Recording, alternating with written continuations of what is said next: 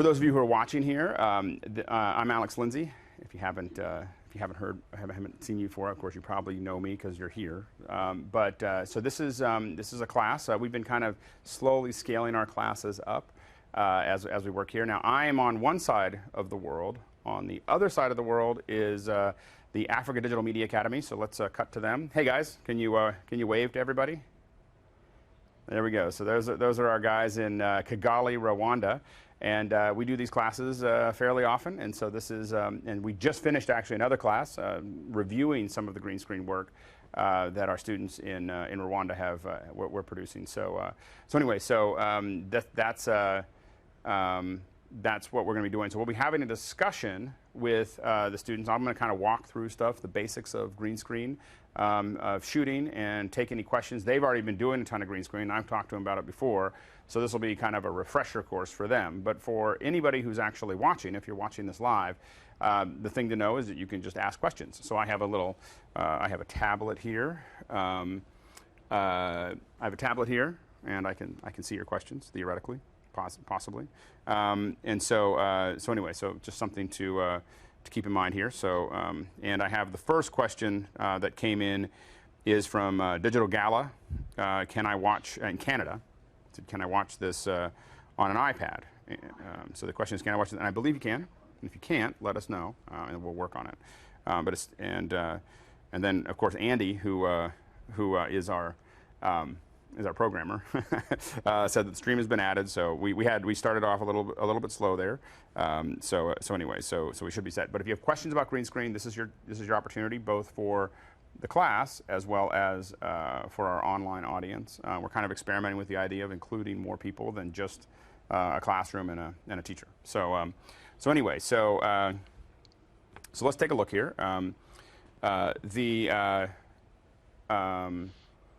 So the first thing, I'm going to refresh this. I think that, hold on. I think I might have crashed the system here. Again, all of this is a big experiment for us. All right, very good. So what we're going to talk about is green screen, of course. And now this is our studio in, let's go to the wide shot here. And this is our studio here in Petaluma, California. Can we make that shot any wider? There you go. So what you have back here, and you can follow me around, or I'll come over here. So what you have here is a green screen. Now this is a green screen cyc. So this curves down, and it actually comes out probably to right about out in this front area here. So this lets us do full top to body. Now we're not doing that right now. One of the things that we do, sorry.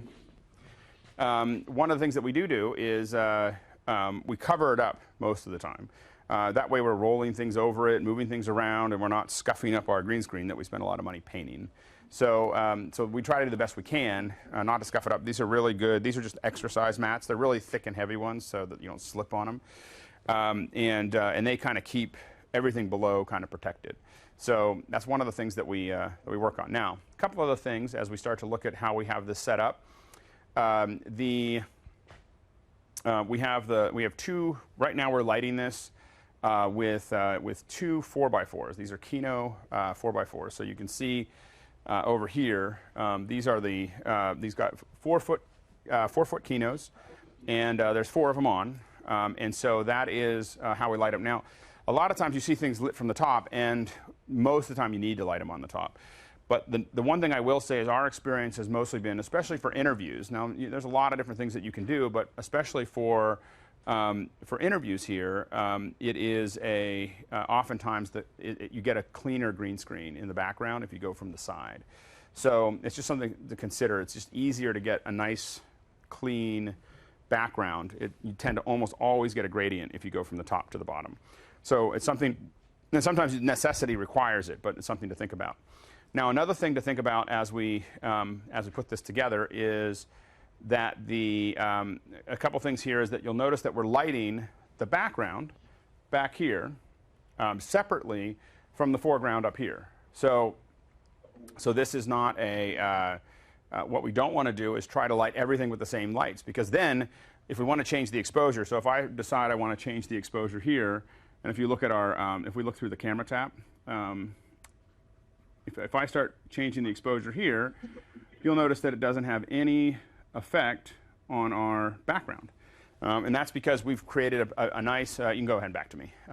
That's because we've created a nice separation. And if we look at it, I think we're looking at it from above, you can see here that we've got a solid 3 or 4 meters of separation between the foreground and the background. So any time that you can actually make that work, it's very effective. So that's, those are kind of some of the things to kind of consider as we start to light this up. Now, the other thing that's going on here, and it'll be very hard, I won't turn this around because it'll be difficult for you to see it, is that we have green bulbs in here. So Kenaflow does make green bulbs. They don't usually promote them that much, but they have green bulbs. You can see I look kind of green in front of these lights. So you can actually buy the bulbs and put them into your standard. You can get ballasts, just regular things at Walmart or at Costco, and then put green bulbs in them, and it'll make it much better.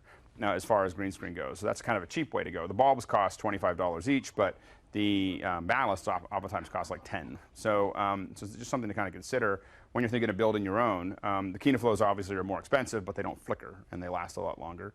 You'll notice that we have a big flag here. So this flag, this is just foam core that's black, and this is just to make absolutely sure that none of the green hits our subject. So that's one of the things that we're trying to avoid in that setup. So and again, if you're watching this live and you have any questions, just let us know. You can go ahead and post them onto the question system, and then we'll go from there. So another thing that we will tend to do as we go through this here. Let me see here. I'm just going to refresh something here. And so if we jump into this, now what you're looking at here is Conduit. And Conduit is something that we have been using for quite some time. And what this does, of course, is lets us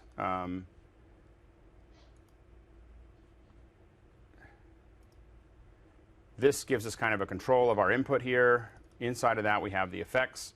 And one of the first things we're going to do is take the input, and we're going to go ahead and look at it. So we just want to make sure that we know, how it looks in the preview and the scopes. And so here is our preview of the subject here. Now, there's a couple things. You'll look at the scopes here, and we'll look at the RGB parade.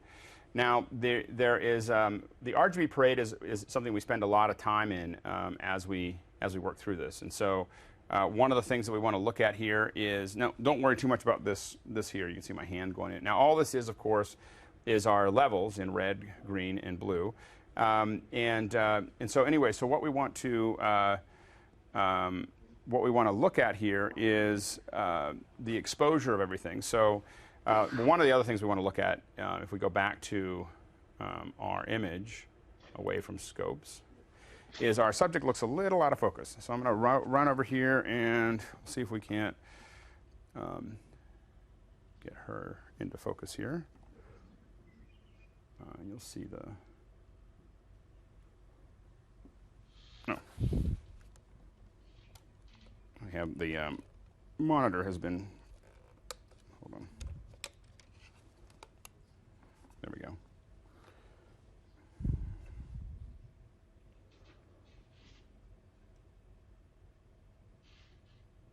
Okay, that looks pretty good. All right, so now we have our subject in focus, and it's important to do that. Now, the other thing is with the background further behind in a larger frame, the other thing that you're going to get out of that is that the background will be a little blurrier, which gets rid of a lot of imperfections in your green screen, which is also useful. We have a question coming in, I think. Here, hold on, let me refresh this here. So this is from Dan Burt in the UK. He said, you have painted green wall and floor, recommendations for small home and fabric green screens or similar. Good question. So the recommendation there is that you if you're doing it at home, one of the things you can do is just paint a wall. So we had an office for a long time that all we did was paint a wall. So we just painted one big wall green. We didn't have the cyc. The cyc is obviously a big expense. If you're not going to shoot below the knees, you don't need the cyc. So you can really get away with a lot with just a regular background if you're not shooting below the knees. For a lot of interviews and stand-ups and even some effect shots, you can get away with without any kind of cyc. So you can just paint a wall green. Now we use composite components green, and we're pretty specific about it. But that's our preference. Roscoe green works okay. It's a little bluer or a little something that we don't like as much, but it's not bad. But anyway, so we have, but we use composite components green. They also make a lycra that we have a bunch of, which is you can just stretch it out. There's a lot of 12-foot frames or 4-meter frames that you can buy on Amazon that work really well. Cowboy Studios makes one, and they all come, and they just come in bags, and you can just stretch out a nice a green screen over top of that as well, and then that's really easy to put up and stretch out. And then with a lycra screen, if you just spritz it, and we have lots of spritzers around, but if you spritz it, you'll actually and leave it for a couple hours, it'll dry out and all the wrinkles will be gone. So that's a little helpful thing if you're out on the road. So now as we get started, does anyone in the class have any questions specifically about the setup so far? Any questions on setup? None? It all makes sense. You guys could just, and you guys probably could just whip this together. So here we go. Hold on. We got a class. Jacques got a question. Okay. Yes. Thank you. My name is Jacques. I wonder the lighting. My question is about the lighting of the green screen. I know the green screen is also used in not only for the interviews but in TV stations. In TV stations, they have always, I see that they have lights above the scene of the talk. And how do they cover in lighting to the person? How do they cover the shadows, the hard shadows up here? Because I can see if the lights are up and they don't have, sometimes they don't have to put the lights just from down, because they have sometimes they have tables, and so they can't put lights below. So how do they cover these shadows here with the lights up there? Absolutely. So the good question. So this is probably a little less about green screen and more about interviewing. But one of the things is a lot of times if you're looking at from an interview perspective, and do we have any white foam core around? Do we have any white foam core handy? I was just going to show something really quickly, but if we think that there might be some behind we can try to send someone back there to do that. Patrick, you should not be the person that goes back there. So anyway, so by putting a little bit of a white something or other below someone, you'll get a bounce. So that's a bounce card. And a lot of times what studios do is they'll have a light floor or they'll have a lighter desk. All of that stuff will help bounce light back up and kind of fill. Oh, this is very good. So one of the things you'll notice, if we go to the camera tap, one of the things you'll notice is I put that under here. You'll notice how that really, that really fills out there if I wanted to. And if I pull it away, you'll see how that shadow gets darker again. And so without any kind of light, just having a lighter background back there, the reason that we have a lot of control over that contrast is because because we have a black background and we like to be able to control it any way we want. But by making a set a little bit brighter, you can actually get a lot of fill light from the set in itself, and sometimes it's hard to control. Also for the weather folks that are doing green screen, a lot of times they just have big lights that are hitting everything all the way down. The nice sets will have a light that's actually hitting only the background and then have the foreground for the weather person sitting there. But they can get away with that oftentimes because it's pretty high up, and their shadow actually never hits the background. So they're far enough away that they can get away with that, but usually it's not what we'd recommend. And usually what you see, it's not that you can't get away with all the things that a lot of people do. The main thing is that you are, is that the more careful you are in this area, you can go ahead and do a wide shot. The more careful you are with the separation in the background, in the foreground, with the proper lighting, the more control you have when you're keying. And so that's the big thing, is that you just get a lot more control, and you're doing less work, so you can do a lot more of it faster, and you can get much finer detail than you normally can. So you can see when people don't have good green screen, they get something out of it. It just looks nasty, and so that's the thing that we're trying to avoid. Did that kind of answer your question? Kind of, sort of? Yeah. Yeah? Yeah? Okay. Yes. Okay, very good. Okay, so we have some more questions here. Let's see here. Let me refresh my thing here. So, so the next question here is from, let's see here. Next question here is from Magic Mud in Kenya. Hey, Pete.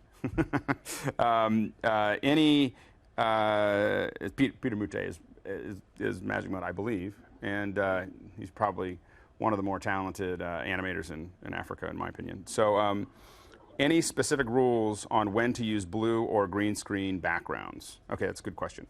So, so the rule. The rule generally is the only time that I would use a blue background is if someone had a very green, something in the foreground. So if you key this, if you have this really well, so if this is done well in the back here, you will. Here, we can go over here. So, and I don't know if we have anything that's kind of green back here, but one of the things that that to know is by having a really solid green lit with green, you can actually take foliage and actually key it on green. So, it's just that you can't have something super green. So if someone has a super green logo, that's typically the problem. We end up with high schools that have really green logos of Trojans or, like these soldiers that are all in green, or they're Irishmen or something like that, and they're really green. Those are things that don't key well in green. But outside of that, we tend to want to use green over blue. Blue, the problem with blue in general is that the blue record is a very low quality. There's a lot of grain. There's all the stuff that you didn't want in the image ended up in the blue channel. So while it is a pure channel, the problem you really get into is that it's just not a very good channel to key, and you end up with lots of little bits and pieces of stuff you don't want to deal with. So the green has the most data in it. So we tend to get a much cleaner image to work with. So that's the thing that you want to kind of think about. So green is almost always what you want to use. Blue, especially in Africa.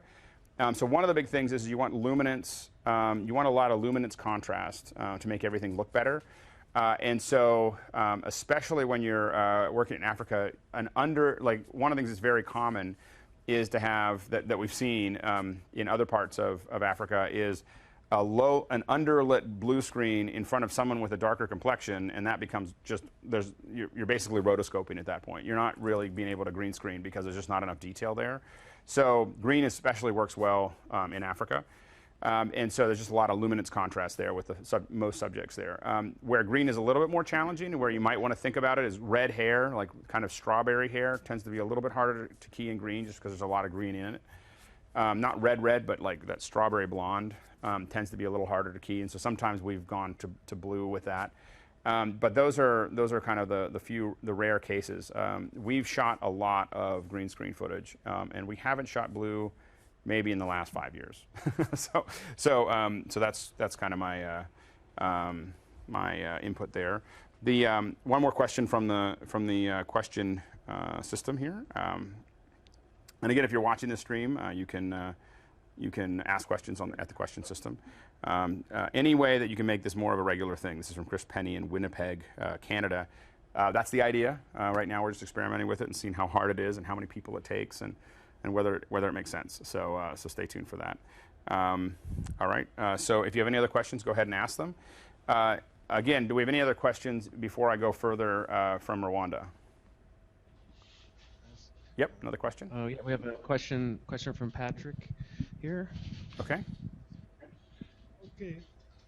Is it possible that she step a little bit aside so that we can see inside Conduit how are the RGB values if we are supposed to go in that range of those values when we are lighting the background, the green screen background. Perfect. Yeah, absolutely. So we'll Patrick, go ahead and give me. Oh, I'm looking at the preview here. So we're going to jump into Conduit here. So we're going to go into scopes. So here are the scopes. So here's my image.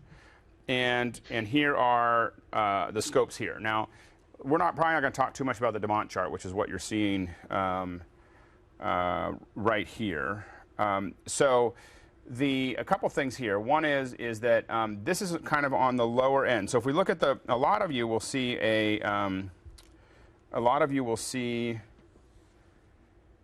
this. This is what most people see here, and that is the luma. And that's just the straight overall brightness of all the channels together, summed together. That's not exactly what we want here. What we want is the RGB parade, which is each channel separated out. Now, all of this, the thing to know when you're looking at an RGB parade or a luma scope is that, so all of this is simply a representation of the brightness of different things in the image. So what you're seeing here, if we cut to the, well, I can cut to it, hold on. If we go, let me turn that off. If we go here, so you can see that there are different details here. So that little checkerboard that you saw here, that is this chart here, this Chroma Demont chart is right here from Cameline. And so that's there, and then here's Brook. And what we can do here is if I switch back here, in the same way, you can see this is what that chart looks like on scopes, and this is what Brook looks like on scopes. It's kind of like the Matrix, after a while you see blonde, brunette. Anyway, so that is what you're looking at. Now this big line that goes around here is your green screen. Now because we're using there's a lot of separation because we're using green bulbs. So normally this blue would be a little bit higher, but what's really fortunate for us is that it's not. so with the green bulbs, the blue is just slammed all the way to the bottom for the actual screen, which is going to make our key a little bit better. And then the red is fairly low, and then the green is at the bottom end of what we'd want. And I'll go over and look here what our exposure and everything else is set to here. I could probably open this up just a little bit. So I'm just going to open this up, and you can see if you jump to the back to Conduit, you can see as I open up that exposure, I get that, and I'm still. Now, one of the things I'm looking at from the exposure end of things is you'll see Brook is going to start peaking right there. See that? That's probably her shirt, maybe parts of her face, but you'll see that. So if I open up that exposure, and this is one of the reasons. So what we're seeing here, when I open that exposure up, one of the things that you're going to see here is, see this area, this area, this area, this area, this area, this area. That's now over 100%. So that is peaking in our scopes there, and that's a little bit of a bummer. So what we want to do, though, here's the cool thing, is we got our green screen to the brightness that we wanted. But what we can do now is I can bring this exposure down. So looking at the scopes, and you can probably, yeah, that's good. That was good. That was a good angle. Looking at the scopes there, you can see how when I bring down her foreground exposure a little bit, so I opened it up, but I'm looking at the data and just making decisions about, now creatively I can make other fine-tuning decisions. Now you notice this one was just the fill, so it didn't really affect a lot of what was there, so we'll leave that where it is. And we'll go back over here and we'll tune this one down just a little bit. And I might let a couple things peak here and there, but you'll notice the big thing here is that what you're going to notice here is that I am getting, in this area I was able to adjust the background very cleanly, and then adjust the foreground exposure very cleanly. Both of them are far enough apart that I'm not actually having them collide, and so that works out really well for us. And so now as I look at it, now oftentimes the person won't necessarily be in the image when you're actually doing this work. And so one of the things that we want to look at here is when we look at this at this screen, so 70% is a pretty good, especially for interviews, is a pretty good number for what you want. Now the thing is that what's great about these is the scopes make this getting this nice flat line, because it's not just that it's at 70%. A lot of times their scopes might look like that. or like this, or they might be really wide, and those are all things we want to. The thinner this line is, and the straighter the line is, the less work we're going to have to do. And we're inherently lazy as visual effects artists. We want to be lazy. We want to not do more work than we have to. And so one of the things we want to do is kind of figure that out. So the thing that when we look at this, if I go over to this green screen here, or this light, I'm going to go ahead and come over here, Patrick. And so probably, yeah, that one. Bring that one over here. So if I look at this light here, and I grab, and Patrick, you're probably going to want to jump back and forth between the, so now look at, as I turn that, or I'll turn it this way, see that? So you'll see me just moving this is affecting, obviously, it's affecting our scopes, it's affecting our green screen. To our eye, it may not actually look that bad, and if you were doing simple samples with a color meter, or not a color meter, but a light meter, you might not notice it all. But by doing this, I can simply move these lights until everything's nice and flat, and that makes it infinitely easier to make this work. It's just a lot simpler for us to do that than to try to figure it all out. So just using the scopes, just using the math, you can get everything close. It's not that you're still going to have to use your eye, especially on your foreground, but you just want to be very math-driven when it comes to actually lighting the background. You shouldn't need to look at the background. All I do is look at the scopes. So all I'm looking at is the scopes here when I'm lighting my green screen, and it shouldn't take you, if you are in roughly the right position, it shouldn't take you more than 10 or 15 minutes to set that up. And then you're going to have a nice clean background. So anyway, so that's the kind of the basics of that lighting process. Any other questions from the class? Do you guys have any questions there? Another question here. I would want to ask if there is any recommendation of crofts to bring in a green screen studio, because sometimes when you are keying, you got some problem of the colors. So what's the question again? I'm sorry. It's the color of clothes. Oh, color of clothes. Yeah. Yeah. Absolutely. Good question. So what color of clothes do you want to avoid or to use? So in my opinion, the color of clothes that are obviously in front of a green screen, the worst color to key is green. so that's the one we don't want to put in front of a green screen. Red is usually a real, and when I say red, I mean a saturated red.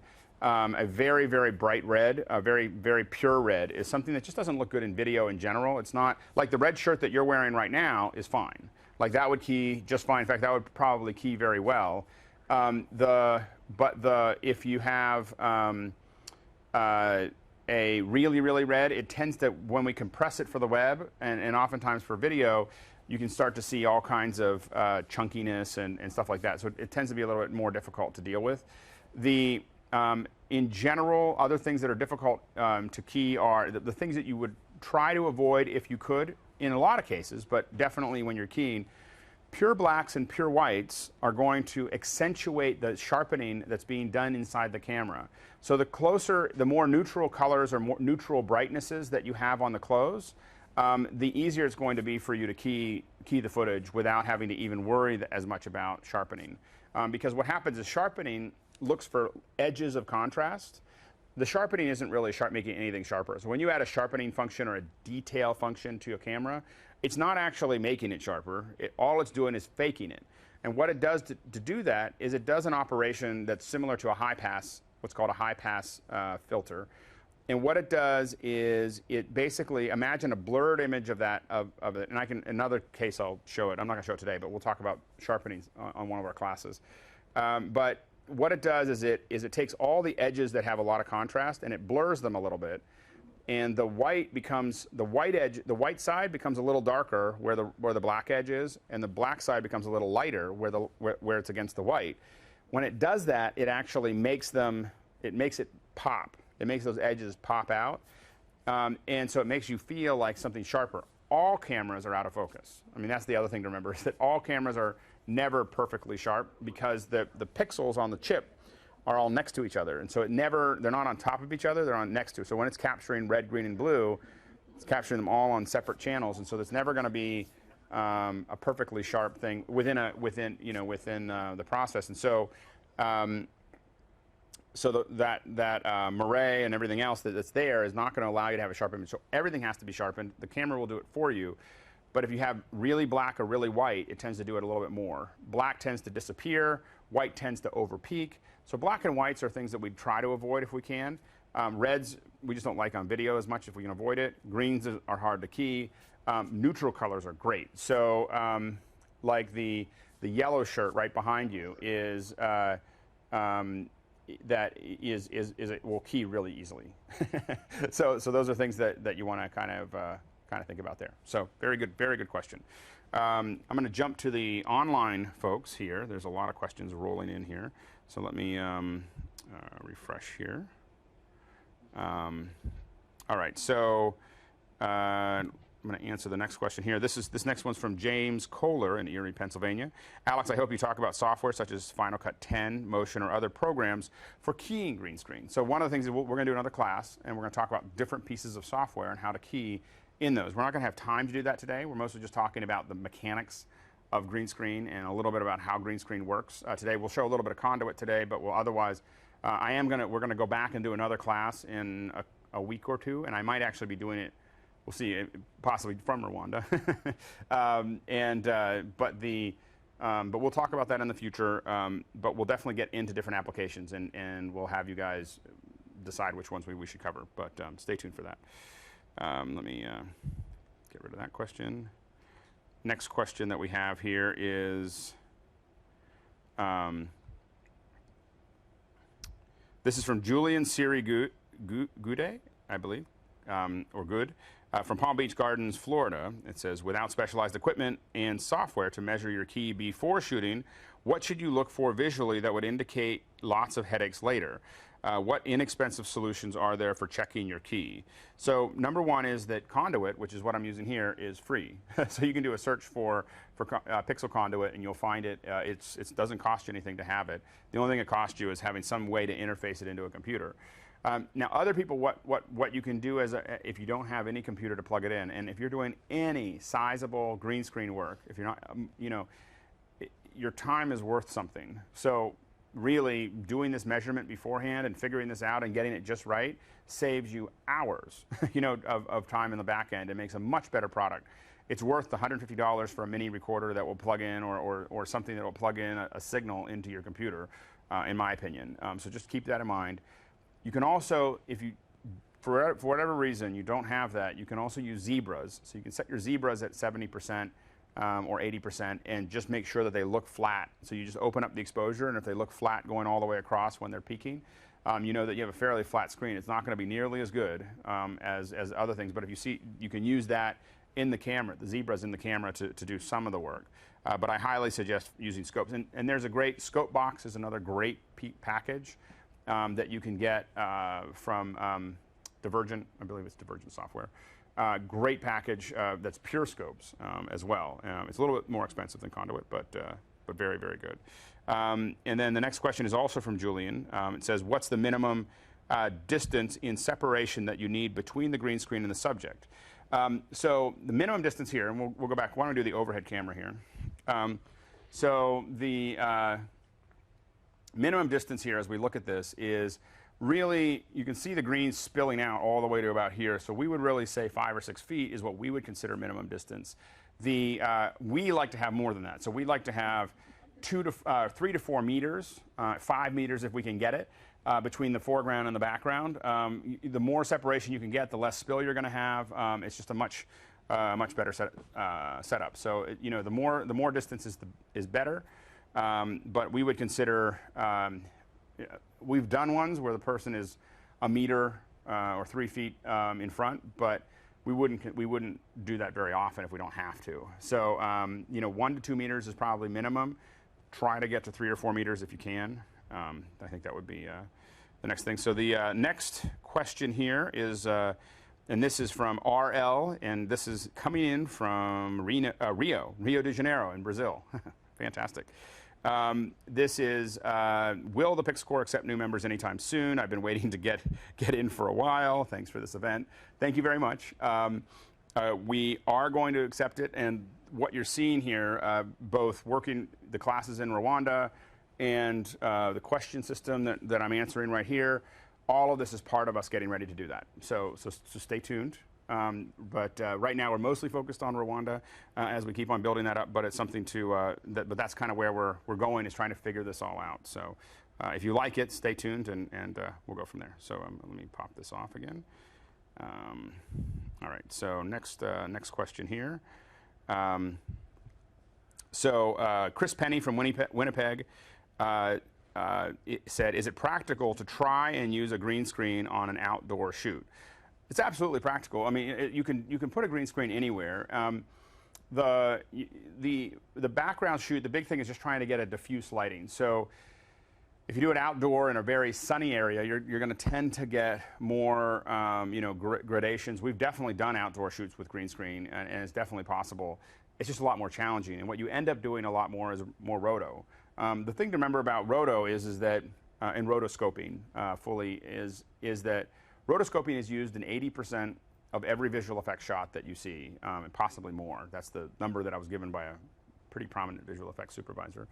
And so it's not, you almost rarely, in a visual effects shot, you rarely are going to get a clean image that you're not going to have to clean up in some way, shape, or form. So the green screen at that point, or the blue screen that you might use, and in effects areas you might use blue screen for different things. For instance, explosions and everything else. Some fire does look better on, well, fire looks really good on black, but looks better on blue oftentimes.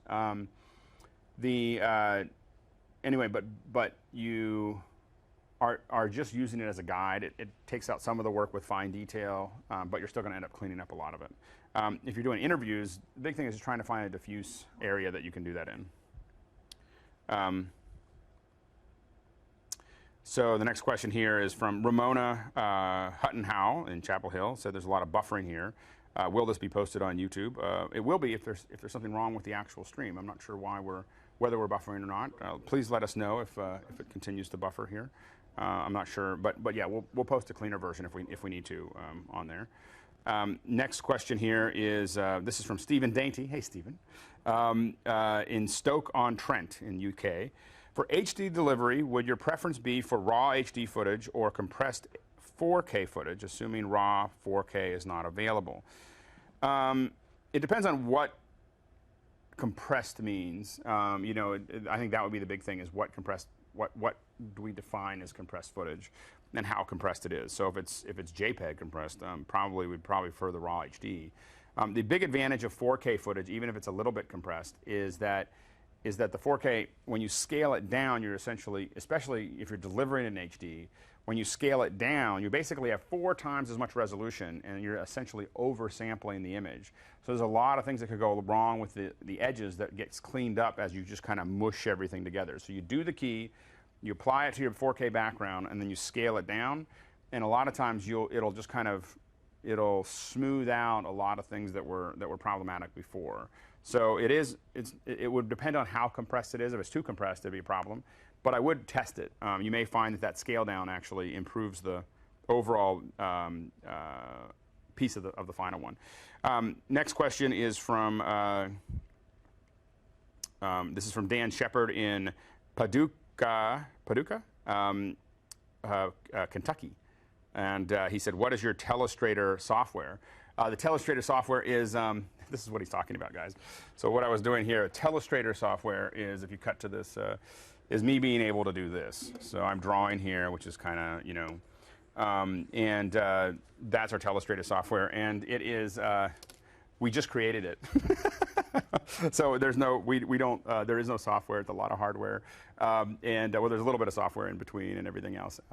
It's R&D.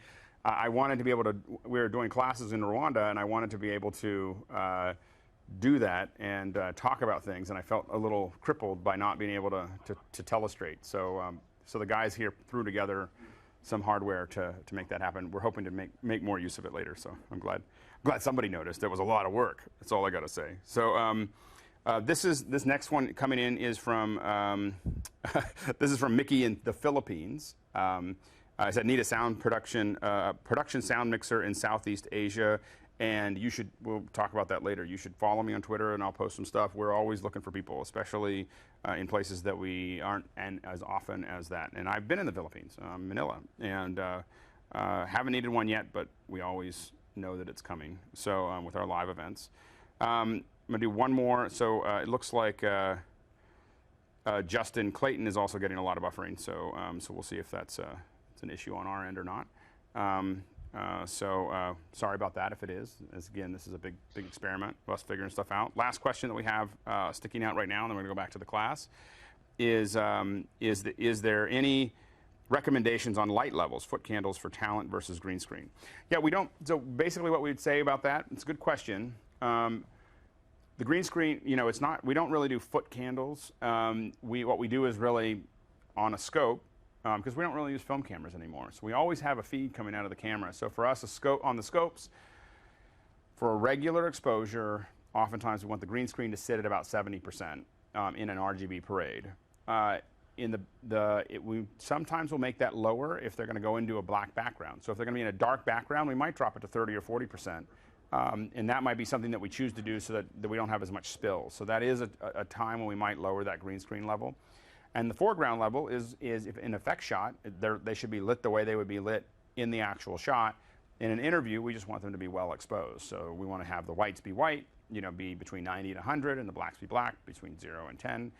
And for a standard interview, but we're not really looking for foot candles, or we just want the back to be exposed well, foreground to be exposed the way we want it to. We would consider the other stuff a little bit old school to worry about that. And now that we have mostly digital cameras, I think we could do that on our own. Last one is from Pergunner, I believe, in Severge. Sorry if I butchered that. Streaming is working fine over here in Sweden.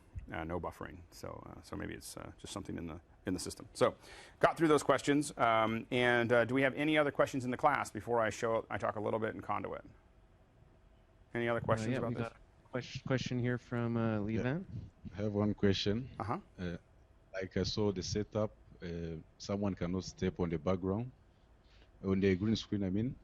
So how do you manage when you are going to shoot wide shots? Yes. Or very good. Someone walking. How do you manage shooting a wide shot? And we'll do an example of that in another class, but I'll talk about it a little bit. So this is the place where we break the rule of the foreground has to be away from the background, because you can't do that. You still want as much of the background to be back there as you can. The big issue is that while we do this here, that we can push that background further back, but it's still going to come under their feet. And you're going to end up lighting it separately. So you're going to have a good lighting on the background here. So if we swing over here, we obviously still want to have a good high quality back here, and still have lights here. But you're going to have to light this background, and it's going to be a lot more difficult. So one of the things to understand is that you are going to have a lot more challenges with the key. You want to light this in the foreground well. You want to do the best you can to match it. And this is a place where we actually don't use, when we're doing head to toe, we tend not to use the green bulbs, because what happens is that now we want all the bulbs that are lighting the green screen to be the same, and we can't light our foreground with green bulbs. So now we are going to use daylight bulbs or indoor bulbs or whatever we're going to use. Whether it's tungsten or daylight, we're going to use those lights on everything so that the green is as close as possible. You're going to have a lot more range that you have to cover, because it won't be perfect. Typically, the ground will either be brighter or darker than the background. You have to be careful about how you light it in the exposure to make sure that you don't lose the shadow detail, or you can fake it. We can talk about that later. But those are other things that you can do there. But typically, move away from the green bulbs. We want to move away from the green bulbs, use regular bulbs, try to light it as evenly as you can on the background, and also just know that it's going to be a lot more work. I mean, it literally, shooting head to toe is literally 4 times more work than shooting knees up. So and when you're bidding on it with a client, just take that into account as you're working on that. So good, very very good question. Other questions from the class? Yes, I have one. Okay, we have been seeing differences between the green screen, and which one is the best between the light green, the medium, and the dark green screen? Differences in our green screen or other green screens? No, the best one to key between the dark and the light green. Yeah, so the green that I have behind me, this kind of very, very pure green, is the best to key. And if you're doing an interview, most of the time, you want to have that exposure of that green on an RGB between 60 and 80, which is a pretty bright green. But that's going to give you a lot of separation between everything else. You may end up, if you have a really dark background, you may want to use a slightly darker green so that it doesn't create as many edge issues. So that would be the only time you use a darker green. But generally, or if it's going to be a night shot that's there, that might be the only time when you do it. But otherwise, for general purpose green screen, a nice, bright, pure green is the way to go. Good question. A couple more. Yep, go ahead. Another question is it good to shoot with a shallow depth of field on the green screen, or is better to shoot with the highest depth of field? Good question. So here's the thing about that, is that if you're shooting with you may decide you want the look of a really, really short depth of field, where literally the eyes are in focus and the nose is out of focus, or the eyes are in focus and the ears are out of focus. That's a look that a lot of people like because they started shooting with 5Ds and they do that really easily. That's fine. The challenge with that is that if you're really doing like a training or you're doing an interview and you don't know what's going to go behind them and they might move a little forward or back and they drop in and out of focus, if you don't want that look, if you want them always in focus, it's better to close down just a little bit. So by closing down, what that means, of course, is that I can have, if I don't want to close it all the way down because that becomes hard to light the green screen. One of the things that we want to look at here, if we look through the camera tab, and I turn on my display here. All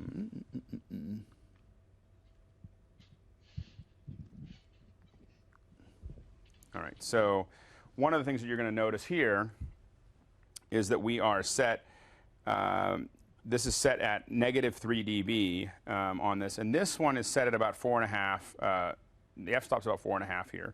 And one of the things that is useful for is it does keep everything largely in focus. If you start closing down more, you're not going to have enough light for the camera. So the problem is then you're going to have to gain up, and you want to be at -3 or 0 for a green screen, because every time you start increasing your gain, you're going to increase all kinds of errata, static, the grain, and so we don't want to have to key that. So at -3, we have the cleanest image we can get, and so the closer we can get to that, the better. Now, if you open it all the way up, you just have mostly the biggest problem is the person leans forward or back and they drop in and out of focus. So a lot of times when we're doing like Mac Break Studio, we're trying to keep it about between 4 and 6 f-stop, so that there's about this much area that's in focus. The great thing about shooting in front of a green screen is you can always drop the background out of focus anytime you want. so you can just defocus your background, and so that you can shoot the person completely in focus and make the background look nice and soft, and you have control of that later. So you don't have to shoot it too far out of focus. Again, the only time that some people like to do that is when they want it to be a really short depth of focus, and that's more of a creative decision as to whether you want them to go in and out of focus as they lean forward and back. Some people like that in their interviews. But a lot of times you want to try to keep everything in focus and make those decisions later. So that's the thing to consider as far as that goes. Definitely try to keep your gain as open as you can to make that, your gain as low as possible to make that work. Great question. One more question from Rwanda, and then we'll go back to the online folks. Yes, thank you. When you started, you introduced us about the curve of the green screen. But when I saw it, it's almost the same size with the curve we have in our green screen studio, the curve. So my question is there any requirements of the size of the curve? Because someone may want to, maybe because of the size of the studio, to make the curve like a bit smaller or small. What's the requirement? Is there any question as long as he avoids the line, the sharp angle? Yeah, it's a good question. So the question here is how the slope, how big does that curve need to be, the radius of that curve need to be to make it work? The larger the radius, the better. So you're really in the situation where the bigger the radius is, the softer that curve is going to be, the easier it's going to be to light, the easier it's going to be to work with. The largest curve I've ever seen is, I believe, 2-meter radius. So that's a very, very large, soft curve. That I've only seen that in one studio, and it looks great. But the problem is a big curve like that takes up a lot of your studio. It takes 5 feet on each side out of your studio, so it makes your studio a lot smaller. The one that I believe that we installed in Rwanda, as well as the one that we have here, is a 3-foot or a 1-meter radius. I believe that's what we put into both studios there. The smallest ones that I've seen are about 1/2 meter. So a 1/2 meter radius is the smallest that I've seen in one. And when you have that smaller one, you're going to see more shadowing in there. It's better than an edge. So the big thing is the curve will definitely be better than an edge and easier to work with. But the smaller it gets, the more shadowing that you're going to end up with, and the harder it's going to be to do a lot of head-to-toe shooting. Now, another little trick that you can do, I don't know if we have anything I can show it with. Hold on one second as I wander off here. I'm going to step out here and... Now, you're not going to be able to see this really well, but one of the things to think about here is, see this, if we look at this black, this is just some Duvetine, and you look at how this shadows, this looks better than an edge, when it comes to this. So one of the things that we've done is we'll take green fabric, and we take the green fabric and we actually roll it up over a big tube and put it right up against the corner. And that is the really poor man's version of how to create a little cove. and it eases out and makes a much less noticeable curve.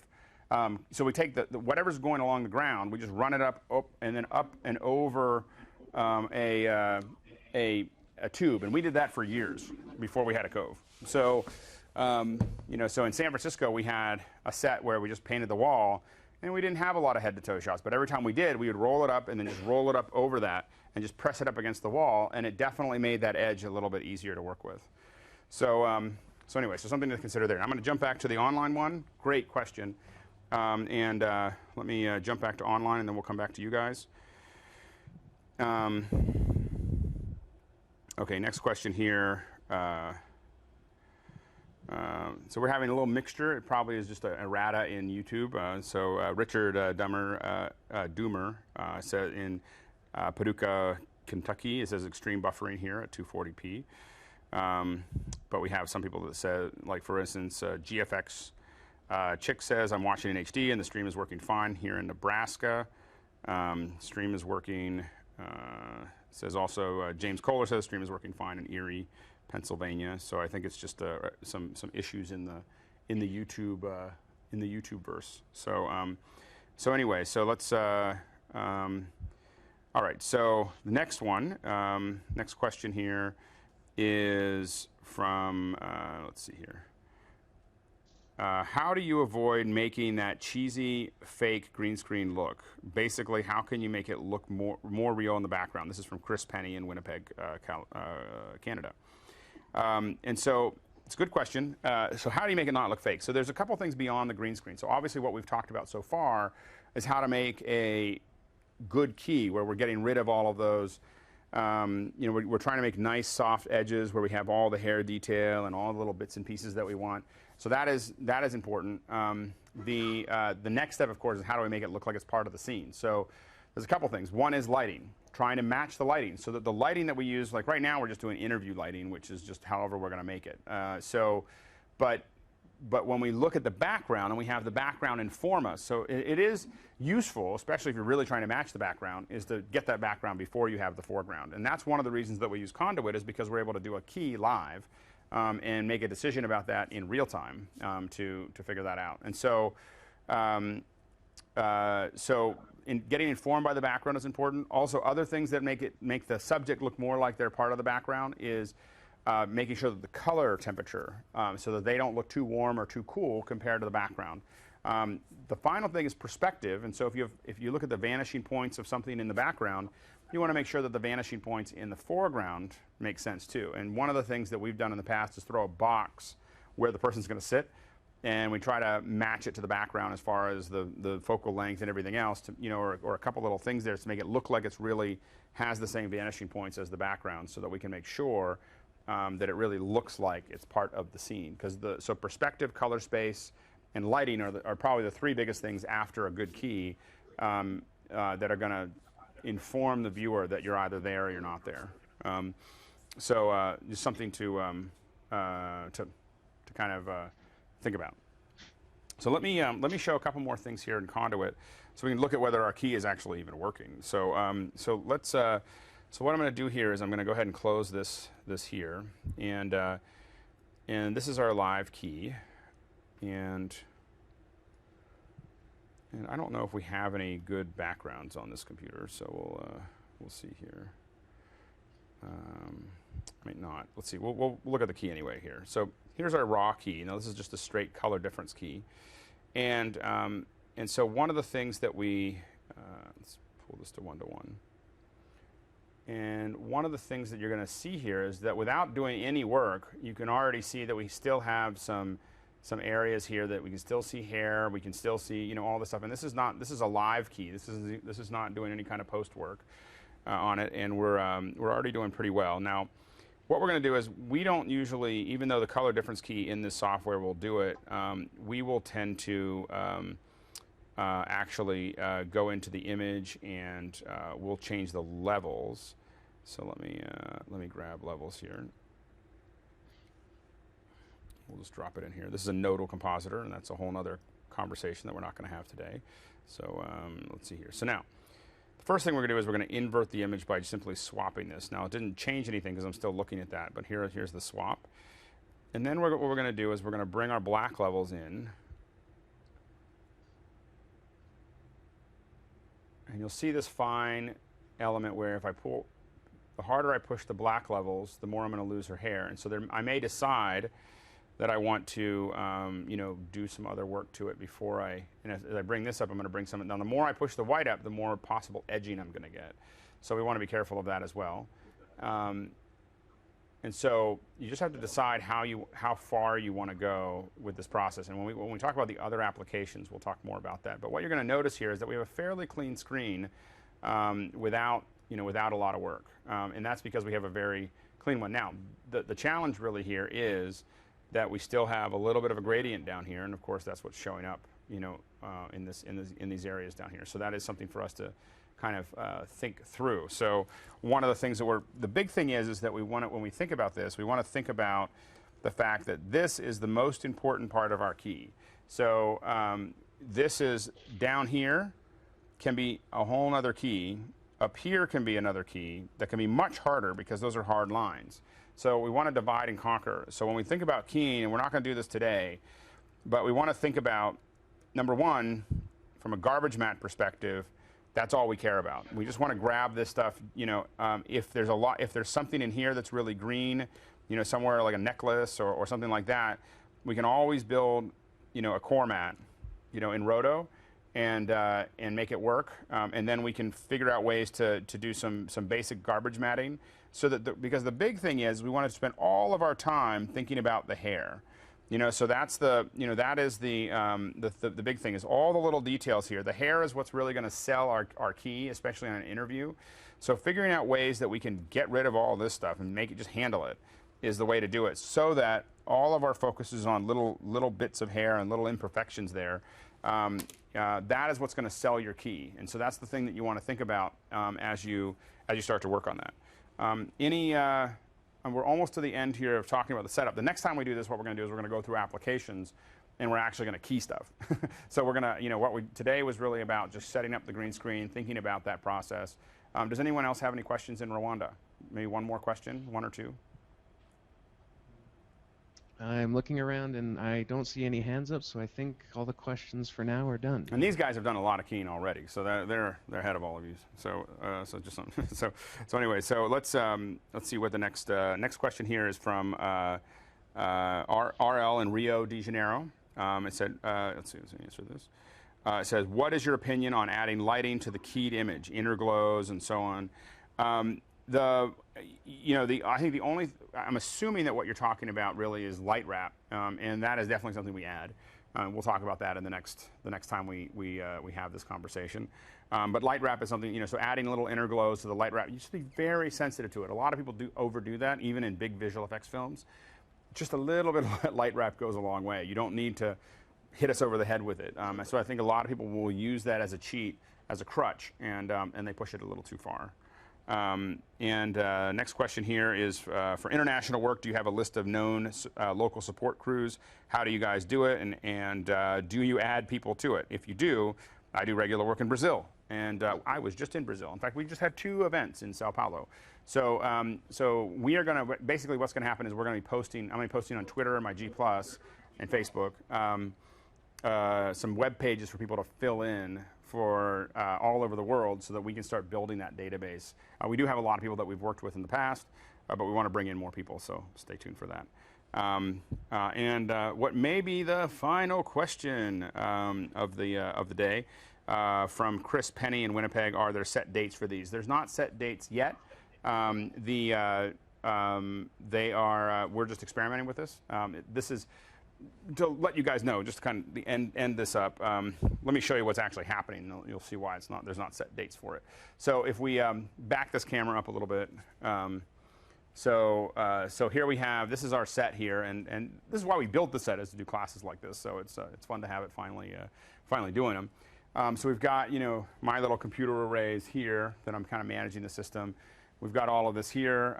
This is this little monitor over here just tells me what's actually going out to the stream, so I know what's going on. I got a couple confidence monitors that are kind of spread out, but then behind us, and you guys can go ahead and either turn this camera, or there's the above camera.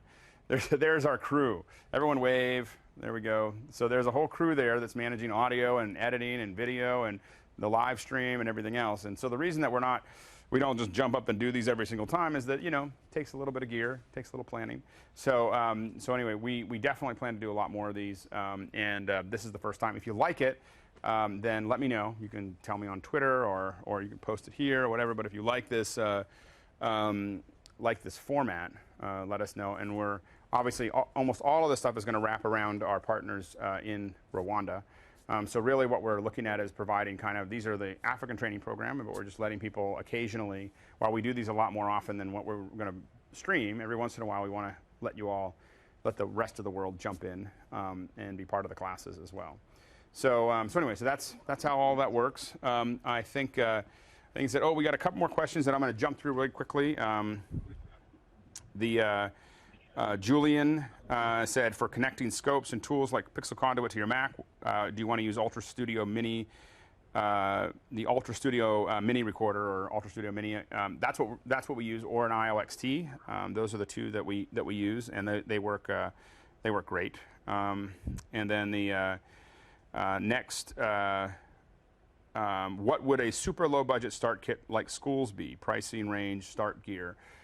You can really go, the super rebel way to do this would be to go to Walmart and get a fixture for 2 bulbs, get green bulbs from KinaFlow to light the background, use Lowell Ego Pros for the foreground, and whatever camera you're going to use, a mini recorder for your computer, and green a paint as you can find. And you could probably get away with that. It's not going to look as good, but it's definitely, and that's not what you're going to want to show clients. But if you're doing your own stuff, I think you get away with that. Another one from Magic Mud in Kenya: is there ever a need to take any additional relight data so as to help match CG backdrops to the subject for HDR? So when we can, we almost always shoot HDR panoramas of anything that we're doing live action. So that's a pretty common thing to do to gather whatever lighting was going on. So if we're doing a visual effects shot and we really want to match it, we are definitely going to go in and shoot a panorama typically with a Nodal Ninja and an 8mm to grab all that lighting data. So we at least have it as reference, if not use it itself. So very good question. Boy, the questions are now rolling in here right when I thought I was going to finish up here. From Mickey in the Philippines, can you discuss tracking markers for green screen shots with camera movement? Not just 2D movements up and down, but also pushing in and out. We will talk about tracking in another class. We have done a lot of that, and we have some very specific techniques for that, but it would take me a whole nother hour to explain how all that stuff works. So stay tuned for that, though. We'll put that together.